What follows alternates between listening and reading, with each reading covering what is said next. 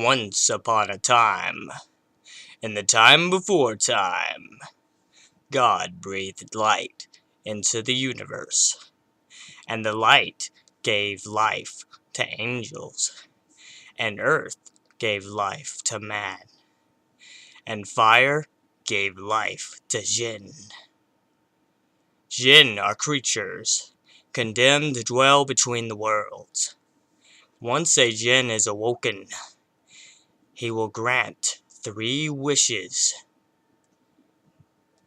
Upon the granting of the 3rd wish, the unholy legion will be free. There is only one thing to fear, and that is fear the jinn. This is my review of Wishmaster, not starring Robert Englund as Raymond Beaumont, but some random diamond merchant. Okay, so this movie starts off, pretty much that sentence about the jinn and all that. It starts off like that, and then it takes place in, it originally takes place in 1127 AD in Persia, where this king or something is throwing a party, right? And so during this party, he wishes to see wonders or whatever. And upon wishing this, it's granted, but in a twisted way. Faces are melting off, people are becoming walking skeletons, all sorts of atrocities are being committed because of this wish. And so we fast forward to present day, and like I said, it's not starring, it's a Wes Craven movie not starring Robert Englund, which is weird. And so he gets sort of a cameo, but not really, because later on he appears in all this.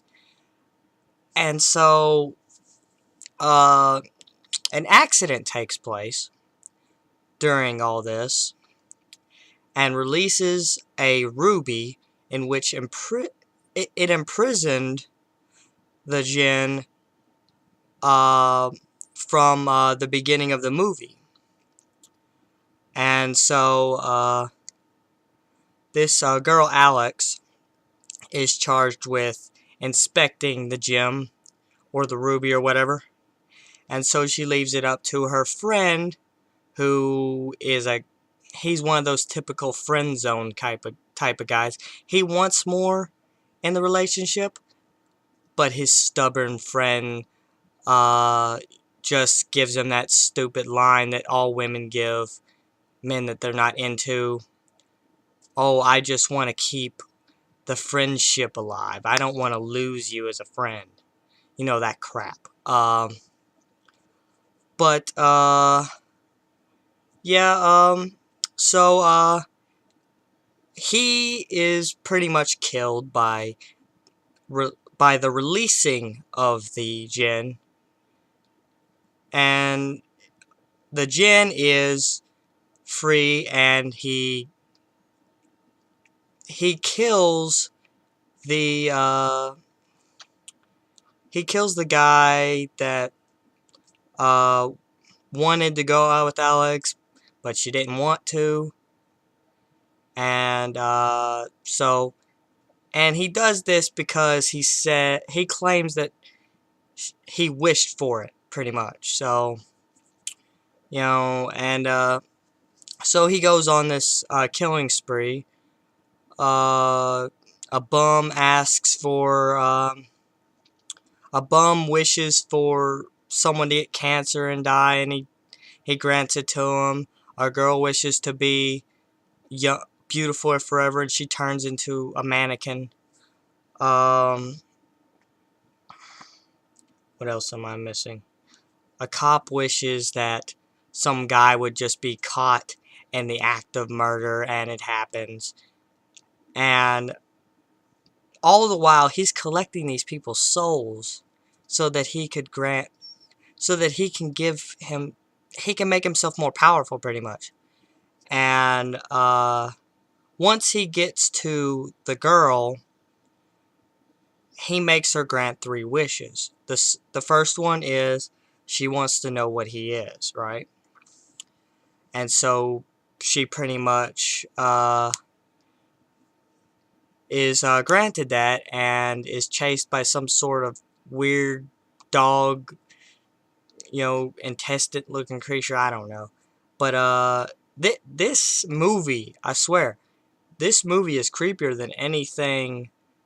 This movie is creepier than anything from today's scary movies. Like, this was made in the late 90s, so you know it's gonna be good.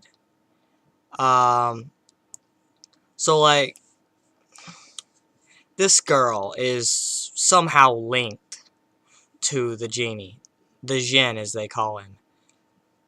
And it's weird, like, they never explain why they're linked. It just happens to be that way. Every time he kills someone, she senses it. So the second wish, let's see, the second wish is, the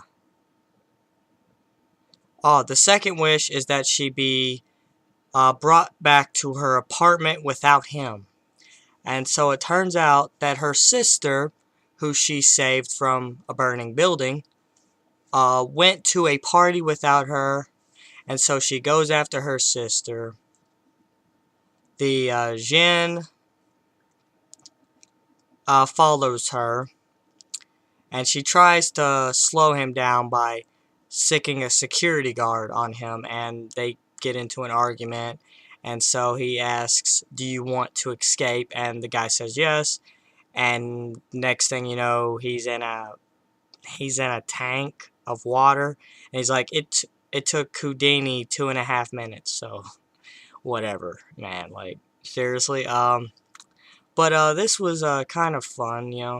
And so he's talking to Raymond Beaumont, the Jinn, and he says that, like, Raymond Beaumont says that he once heard about a party that everyone talked about for a year.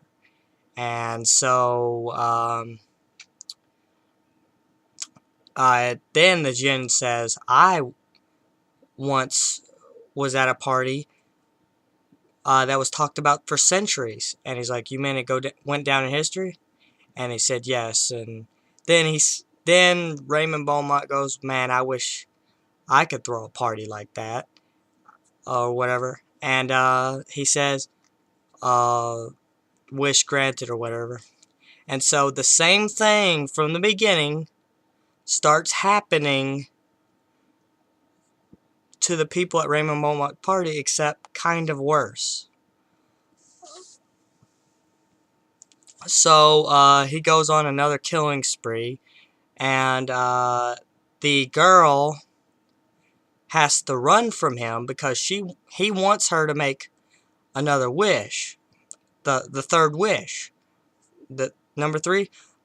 He wants that so that he can bring his friends to to the other world, right? He wants to free his friends. And so she goes running away, and he tries to make her, and she just won't do it. And then she finally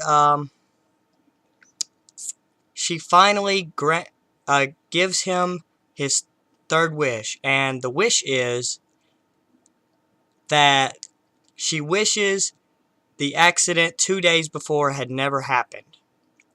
And so everything goes back to normal, and something that would never happen in a million years actually happens.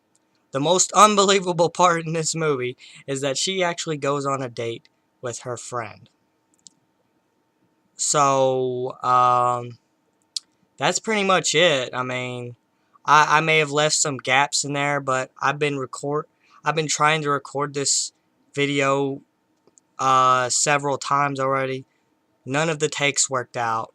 So, you know, by the time I got to this take, I just gave up.